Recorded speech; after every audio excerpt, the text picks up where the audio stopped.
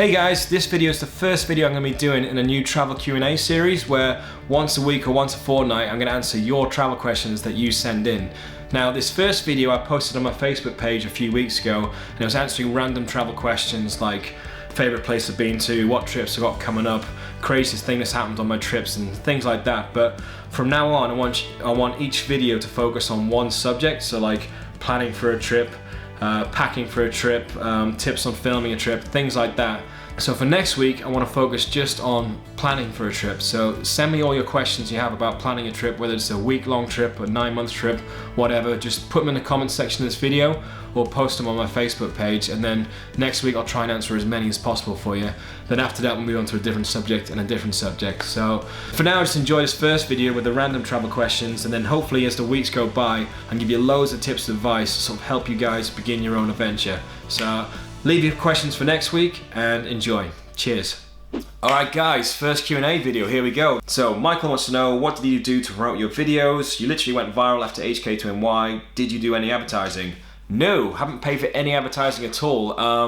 I've been featured on a few blogs. I mean, STA Travel did a blog about us and they used a version of the trailer for like to promote their around the world stuff, so that gave us a bit of a boost. But really it's all just happened organically. Like apparently in 2012 YouTube changed their algorithms, because it used to be about how many hits you got, how many views you got, but now it's all about engagement. So even though my videos didn't have many views, people would play them all the way through, and they are long, and then like it, comment on it, and then click on the next episode, and that kind of tells YouTube that that's a good video. So all my traffic just comes from Google searches and YouTube suggestions. So that's how it happened, and that's why it's just kind of just snowballed. So yeah, I haven't paid for any advertising at all, which is sweet. Right, Anne, I'm sorry if I'm going to pronounce any of your names wrong, but yeah. Anne asks, when you buy flights to all these countries, what do you use for the best offers?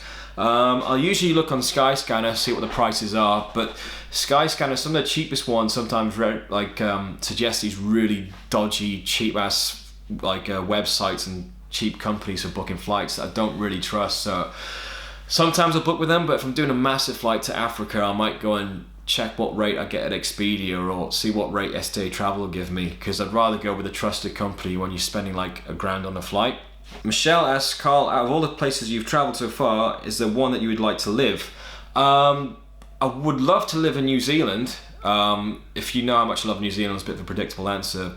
I could happily live there, other than the fact that it's just so far away from everything that there's no short getaways from there, and because I love to travel, like London just works as a great base for me, so that's why I've stuck around here. Kawa, I don't know how to pronounce your name, mate, I'm sorry. He asked if I'd ever thought about documenting my travels in a book. Not really. I mean, I've barely got enough time to make the videos, never mind like write a book, but I'd love to do like a coffee table book of all the photos from like HK2NY and some of the other trips in separate books, but yeah, it's just finding the time to do it. Kieran asks, have I thought about going to Japan? Absolutely, it's near the top of my list. It's one of the places I really want to check out. Might be next year, might be the year after, we'll just have to see what happens, but yeah, I really want to get to Japan, it looks amazing. That ties in with what Lindsay and Matt have asked, which is sort of generally about my future travel plans. Africa trip's coming up next, end of the year flight back to New Zealand, and then next year I really want to get to the Philippines, and after that I don't have a bucket list like of little things I want to do, because I don't want my trips to be just about ticking things off lists, and you know, I'm quite OCD, so if I did do that list, I would just become like obsessed with just like, oh, all right, I've done a shark dive, cool, that's off the list. But what I do have is a list of ideas for trips.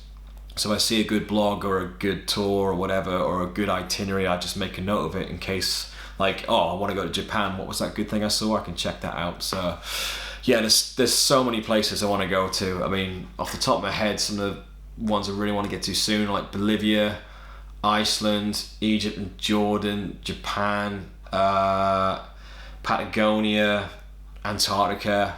I want to go back to Southeast Asia, and I feel like I've got unfinished business there, and sort of do some of the countries we did in HK2NY, plus a bit more, and sort of see all the bits we didn't do, and do Vietnam properly as well, because we only did the top. So yeah, there's so many ideas for trips I got coming up.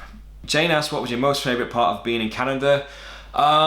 It's got to be certainly out west and around the Rockies. It's got to just be the scenery. It's just ridiculous. It's unspoiled, and endless mountains, forests, beautiful rivers, waterfalls, wildlife, just unreal. But also the people there are super friendly and chilled out, which I love. And also I've met so many Canadians through traveling that every time I go there I'm just catching up with friends. So I actually really want to get back to Toronto, just for like a weekend, just to catch up with all my mates from traveling. But yeah, it's a bit of an expensive weekend break flying to the other side of the Atlantic, so I'll have to see when that happens.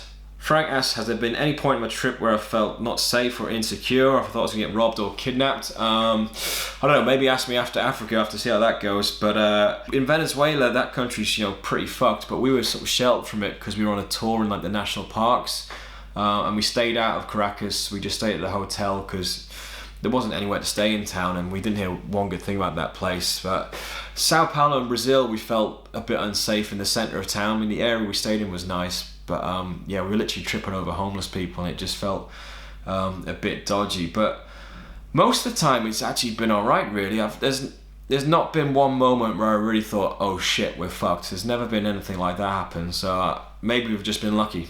Stefan's asking, would I ever consider a long distance hike like the Pacific Crest Trail or the Arctic Circle Trail?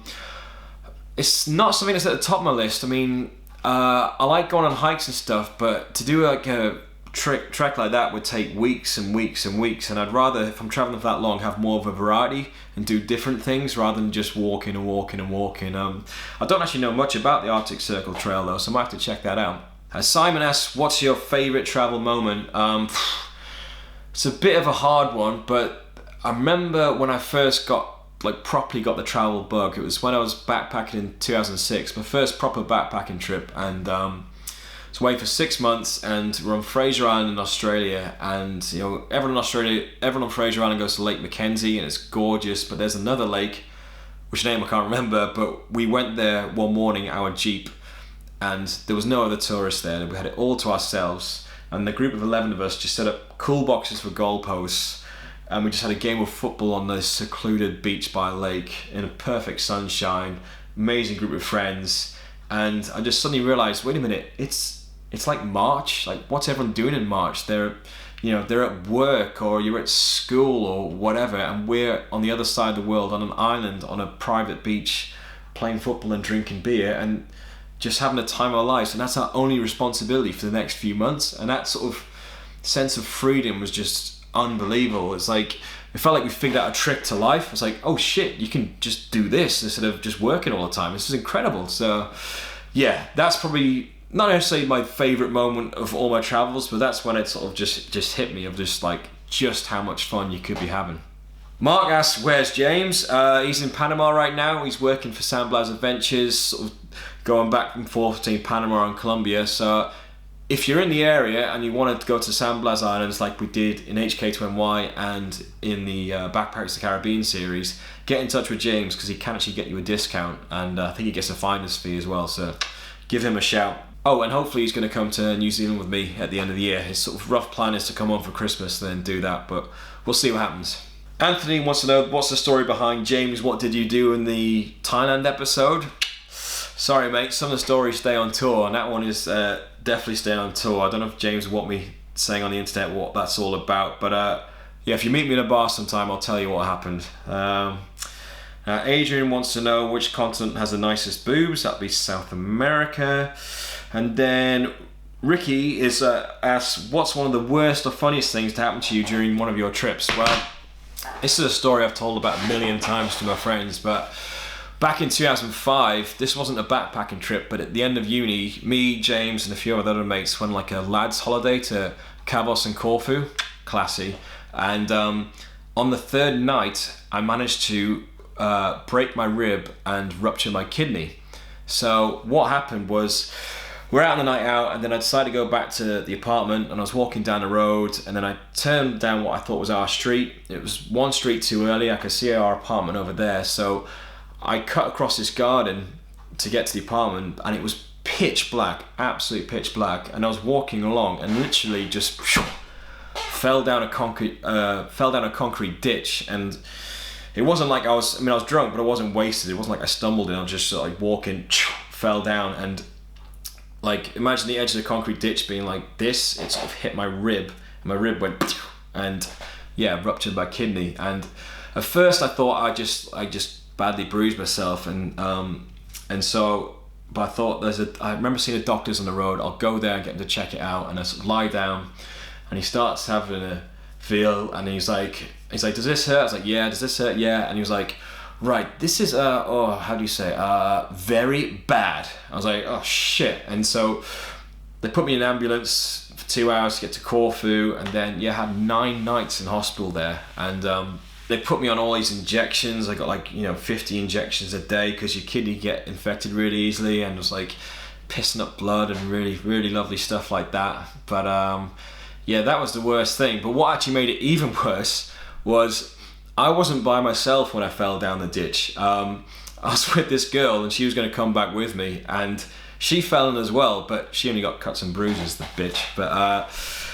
But her friends had seen me leave with her, and her friends started asking my friends, including James, oh, what's this guy like? Like, who's she gone off with here? They're all freaking out. And so James and the guys just started making up this shit like, oh, Karl, he's a bad lad. Like, you should see the girls after he's finished with them. He's gonna beat her up, smack her around. You have no idea.